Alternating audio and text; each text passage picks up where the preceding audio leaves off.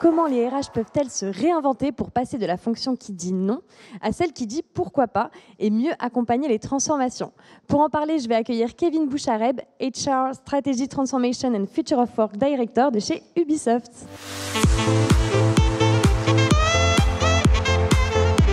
Bonjour à tous. Merci beaucoup Agnès. Alors oui, c'est bien moi, hein. J'ai un peu changé de tête, excusez-moi. Plus de lunettes, un petit changement de look, mais c'est bien moi. Par contre, j'occupe toujours le même titre. Et c'est un petit peu de ça dont je voulais vous parler aujourd'hui, parce que ça suscite toujours un petit peu la curiosité. Et j'ai eu la chance, pour celles et ceux qui étaient déjà au Hub l'année dernière, de présenter justement ce que c'était que ce nouveau rôle de directeur du Future of Work. Je ne vais pas refaire l'intégralité de ce sujet-là, mais je vais quand même vous en dire un mot, parce que je suis sûr que ça vous intéresse, que ça suscite la curiosité chez vous. Alors, le rôle de directeur du Future of Work, concrètement, c'est monté sur cette idée post-Covid que les organisations n'étaient plus du tout en ligne avec les aspirations très claires, très fortement émises par les candidats et les employés.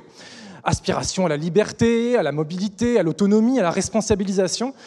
Et que dans une entreprise du jeu vidéo, qui fait donc partie du secteur de la tech, que vous connaissez être sanglant du point de vue de la guerre des talents, il était absolument nécessaire de se doter d'une personne dont le job serait de comprendre ces mouvements-là, et puis surtout derrière, une fois qu'on a compris, eh bien, d'adapter la culture, les processus, le management à cette nouvelle réalité. C'est concrètement ce que j'ai fait.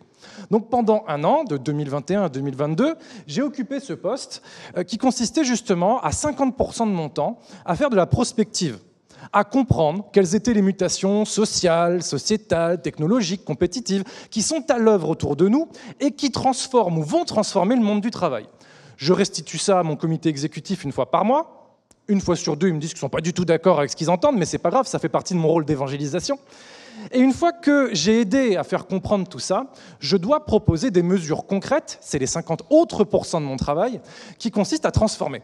Parce que c'est bien beau de comprendre, mais si on veut attirer, engager, retenir les talents dans cette fameuse guerre des talents dont je vous parle, eh bien, il faut y aller franco. Et c'est pour ça que j'ai envie de vous parler du rôle des RH là-dedans. Parce qu'on s'est rendu compte que, moi, j'observe plein de choses de la part de ma petite fenêtre de prospectiviste, mais que le fondement de notre fonction ne nous permettait pas vraiment d'agir sur ce qu'on devait transformer. Et ça vient d'une chose, ça vient de notre héritage régalien. Ça vient de cette schizophrénie qui est fondée en RH et qui postule que, et sincèrement, je donne aussi des cours dans un certain nombre de grandes écoles, je forme des jeunes RH, je vois très bien quel est le moteur de leur engagement. C'est l'attention à l'humain. J'ai en face de moi des gens qui sont passionnés par l'humain. On a entendu tout un tas de talks qui montrent cet amour de l'humain. Sauf que la réalité du métier, c'est quoi? Pourquoi on est connu? Demandez aux gens qui ne font pas des RH ce que le mot RH représente pour eux. Plan de licenciement, œil de Moscou, gestion et évaluation de la performance, bref, tout un tas d'attributs excessivement négatifs qui nous ont détournés justement de notre rôle d'attention et de passion pour l'humain. Et ça vient dans un contexte, entre les années 2000 et 2020, que je nomme d'hypermatricialisation et d'hyperprocessisation du travail. Alors c'est un petit peu compliqué, c'est les sociologues qui racontent ça mieux que moi, mais qui montrent qu'en plus de nous être détournés de notre vocation originelle, on passe de plus en plus de temps dans des outils, dans du reporting, à produire une masse de données conséquentes et à de moins en moins discuter avec les gens que pourtant on s'était promis d'aller aider. Donc il y a une vraie schizophrénie qu'on doit chercher à résoudre, et c'est pour ça qu'à partir de 2022, on a ajouté à mon responsabilité HR Strategy and Transformation. Parce qu'on s'est rendu compte que c'était très bien de vouloir changer le monde, mais que si on ne pouvait pas déjà changer les RH, ça poserait probablement problème. Donc, j'ai lancé un certain nombre d'initiatives, le télétravail par activité, le work from anywhere, la personnalisation de l'expérience employée, qui sont allées chatouiller jusqu'aux, je dirais, limites de la fondation des RH. Qu'est-ce qui préoccupe un DRH ou un responsable de ressources humaines aujourd'hui? La conformité, le droit du travail, les assurances. Quand un RH ne veut pas faire quelque chose, il vous dit qu'il y a un problème d'assurance en général. Vous ne savez pas d'où ça sort, c'est très nébuleux, mais enfin, il y a toujours des problèmes d'assurance. Et de temps en temps, les organisations sociales, syndicales. Bon. Tout ça, je vous dis qu'on peut le résoudre. On peut le résoudre si on a envie d'y aller. Et c'est pour ça que j'avais envie de vous parler aujourd'hui du nécessaire changement de la posture de la fonction ressources humaines pour incarner ces nouvelles pratiques qui sont attendues par les candidats si on veut remporter cette guerre des talents de manière durable. Alors, je l'ai dit, notre héritage régalien se fonde sur les règles, le process, et tout ça dans un souci tout à fait bienveillant de tenter de maintenir un équilibre social au sein d'une organisation. Oui, mais le problème, c'est que ça fonctionnait très bien dans les années 80, 90, voire 2000, sauf que depuis, le monde a changé. Je ne vais pas vous faire l'affront de vous refaire un cours sur le fameux VUCA World, vous savez, volatile, incertain, complexe, ambigu, mais la vérité, c'est qu'on peut se prendre un concurrent qui sort de nulle part du jour au lendemain. Il peut se passer une manifestation sociale ou sociétale du jour au lendemain qui va entraîner avec elle un élan formidable auprès de vos employés qui vont justement, et on en parlait très bien justement avec Laure avant, nous obliger à nous positionner sur des sujets sociaux et sociétaux qu'on n'avait pas vu venir.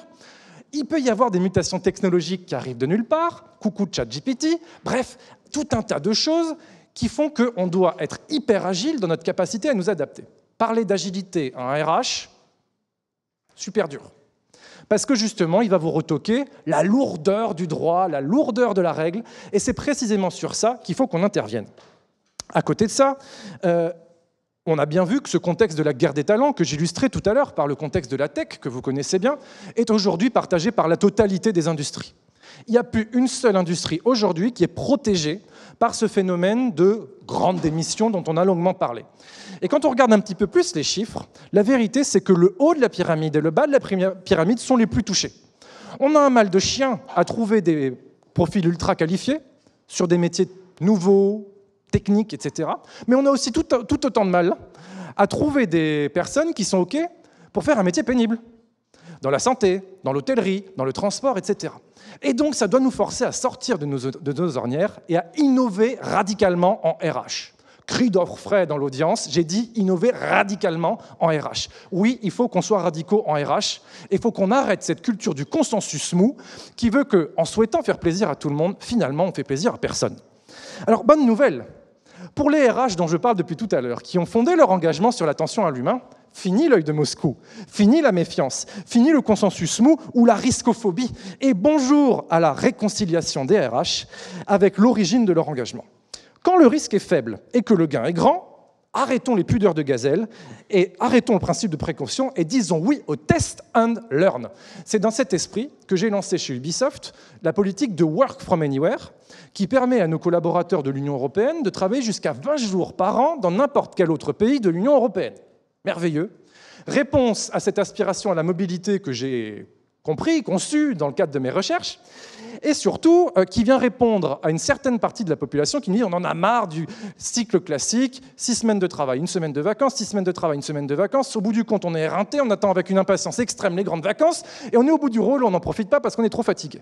Je pense qu'il y a un entre-deux à trouver, c'est en partie ce que je propose avec mon Work from Anywhere. Bon, et bien ça, du point de vue légal, du point de vue régalien classique RH, c'est tout ce qu'il ne faut pas faire. Parce qu'il n'y a pas de réponse gravée dans le marbre en droit. Le droit de la mobilité internationale, pour celles et ceux qui en ont fait un petit peu, sincèrement, c'est pas de tout repos. Ce n'est pas la partie la plus simple du droit du travail. Et c'est encore moins simple quand vous le gérez à l'échelle de l'Union européenne. Alors qu'est-ce qu'on a fait ? On s'est réunis avec notre division légale, on a regardé ce qu'on pouvait faire. La vérité, c'est qu'il y avait assez peu de lignes rouges et beaucoup de zones grises. On a quantifié ce risque, et le risque, et je suis sûr que vous l'avez toutes et tous entendu dans le cadre du télétravail au niveau national, c'est « Ah oui, alors qu'est-ce qui se passe si on a un collaborateur qui se casse une jambe ?» Ouais. Ça fait 2 ans que j'ai lancé le télétravail chez Ubisoft. Ça ne s'est pas passé une seule fois. Ça fait 1 an que j'ai lancé le Work from Anywhere chez Ubisoft. Au sein de l'Union européenne, ça ne s'est pas passé une seule fois. Et quand bien même ça se passerait, c'est un risque que je suis prêt à prendre, parce qu'évidemment, je vais le prendre sur moi, employeur, et je vais le financer. Parce que ce risque s'objective financièrement.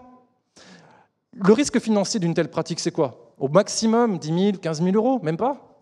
Le bénéfice ? Le bénéfice pour les collaborateurs qui sont concernés, par exemple, ayant de la famille dans un de ces pays, en étant slasher, et on en a pas mal chez Ubisoft, de gens qui sont DJ, sophrologues, profs de yoga, profs à l'université, et qui ont des activités à l'international, et qui me disent « Je suis DJ, j'ai un concert le jeudi soir à Berlin, comment je peux faire ?» Si vous allez dans une boîte traditionnelle et que vous demandez à un RH, elle va dire « Non, c'est pas dans les process, je veux pas. Problème d'assurance, si t'arrive quelque chose. » Moi, je ne dis pas de problème, j'ai une politique pour répondre à ça. Et ça nous permet d'agir sur notre rétention et bien sûr sur notre attraction auprès des profils les plus internationaux. Alors avec cet état d'esprit, les RH sauront être au rendez-vous des attentes grandissantes qui les entourent, et je pense que c'est tout le sel de la période qui est la nôtre. J'ai intégré le monde des RH il y a plus d'une dizaine d'années, et quand j'avais des RH en face de moi, j'avais des gens déprimés la plupart du temps. Des gens déprimés par la nature de leur métier, par l'éloignement qu'ils avaient le plupart du temps entre la vocation de leur originelle de leur engagement professionnel et la réalité de leur métier, et des gens déprimés par l'image externe qu'ils avaient. Pendant la période Covid, que s'est-il passé? État de sidération phénoménal dans toute la société. Le et la RH sont redevenus les piliers essentiels de l'entreprise, qui sont là pour assurer la continuité du business et surtout assurer une attention continue à l'humain sur des cas spécifiques, sans se fonder sur les règles, sans se fonder sur le règlement, sans se fonder sur l'égalitarisme, qui veut qu'on doive offrir exactement la même expérience employée à tous les collaborateurs au risque de paraître inéquitable. Vive la personnalisation de l'expérience employée et vive l'équité. C'est aussi dans cet état d'esprit que je voulais intervenir par rapport au RH pour expliquer que non, il ne faut plus fonder nos politiques sur une prétendue recherche de similitude, similarité dans ce qu'on propose en tant que bénéfice ou en tant qu'expérience employée. Tout ce qui me remonte, et la dernière enquête de la NDRH le prouve très bien, d'ici à 2030, la personnalisation de l'expérience employée sera l'enjeu numéro 1 pour toutes les organisations. Quand on dit personnalisation, qu'est-ce qu'on dit? On dit qu'un individu, un jeune diplômé, qui vient de s'installer en région parisienne, dans un petit appartement, a probablement pas les mêmes besoins qu'une personne qui a 45, 50 ans, qui a fait une grosse partie de sa carrière et qui a un autre niveau de revenu. Une personne qui est valide n'a pas les mêmes besoins qu'une personne qui est en situation de handicap. Une personne qui est dans le spectre de la neurodiversité peut avoir des besoins différents qu'il est de notre responsabilité en tant qu'employeur de prendre en charge. Et ce n'est pas un problème. Et ce n'est pas un frein à la performance. Et ce n'est pas un frein à l'équité. C'est au contraire un moyen qu'on se donne de permettre à nos collaborateurs de donner leur plein potentiel au travail et non plus de les inhiber avec des politiques prétendument égalitaristes qui en fait nivellent tout par le bas. Et c'est dans cet état d'esprit RH, duquel on hérite, qu'il faut qu'on puisse s'affranchir. Et c'est vraiment pour moi aujourd'hui un moment important parce que je veux appeler tout le monde au courage. On n'est pas tout seul, bien sûr. On a nos directions générales, on a nos managers de proximité qui ne sont pas tous d'accord. Regardez les réactions sur le télétravail. On a encore des résistances imbéciles sur le télétravail avec plus de la moitié des entreprises du CAC 40 qui considèrent qu'une politique à 2 jours de télétravail par semaine, mais pas le lundi, pas le mercredi, pas le vendredi, c'est bien. Ok, on a du chemin à faire. Mais pour autant, on a du boulot, nous, vraiment, aujourd'hui, sur cette question de courage, de prise de risque et de capacité à répondre véritablement aux enjeux qui se présentent à nous de manière authentique et courageuse. Et c'est tout à fait le sens de mon message. Et c'est pour ça que je dis que si on y arrive, on passera de cette fonction qui dit non, et c'est comme ça que mes amis, que ma famille, que mes collègues, que tous les gens que j'interviewe me disent « En fait, dès que je demande un truc à un RH, il me dit non. » Ben moi, je veux plus ça. Je veux que quand on vient nous voir, le réflexe primaire, c'est « pourquoi pas ?» et qu'on fasse une analyse de risque. Et qu'on monte, et c'est tout l'esprit du test and learn, des pilotes. C'est comme ça, par exemple, qu'on a lancé le télétravail par activité chez Ubisoft. En partant du terrain, en testant à très petite échelle, avec des personnes volontaires, sur un périmètre cadré et avec des indicateurs de suivi, une politique, une bonne idée qui émerge, en la suivant sur un certain temps, et ensuite en se disant, si ça marche, on réplique, on étend, et si ça ne marche pas, on arrête, et c'est pas grave. Oui, on a aussi le droit à l'erreur en RH, et c'est très bien. Donc la fonction qui dit pourquoi pas. Et qui y gagne? Eh bien tout le monde. Les organisations, bien sûr, car elles pourront mieux recruter, mieux retenir leurs talents clés, dans un moment dont on voit que c'est toujours le nerf de la guerre. Les employés, car pour eux, ils se sentiront écoutés, respectés, accompagnés, et on donnera une réponse à leurs problématiques de vie et plus simplement à leurs problématiques de travail. Le pays, bien sûr, et on l'oublie parfois, car les dispositifs RH qui émergent en ce moment et qui appellent à plus de courage, à plus de mobilité, à plus de responsabilité, en fait, ils sont vertueux, et je reprends le mot que Laure a utilisé tout à l'heure, c'est tout à fait ça. La mobilité, la flexibilité, le bien-être vont permettre de redynamiser des territoires qui étaient en déperdition, de réduire la fatigue et le stress ou encore l'empreinte écologique. Et puis enfin, pensons un peu à nous RH, qui, pendant des années, ont été traînés dans la boue et ont traîné une réputation d'œil de Moscou. On a enfin la capacité de retrouver un petit peu les lettres de noblesse de notre fonction, en étant heureux et fiers du métier que nous faisons, en œuvrant pour le mieux-être et non pas pour le moins bien-être au travail. Et je pense que c'est pour toutes ces raisons qu'il faut qu'on soit courageux, qu'on sorte de notre posture régalienne, qu'on accueille avec enthousiasme ces opportunités inédites de réinventer notre métier pour être au rendez-vous des attentes qui pèsent sur nous. Merci beaucoup.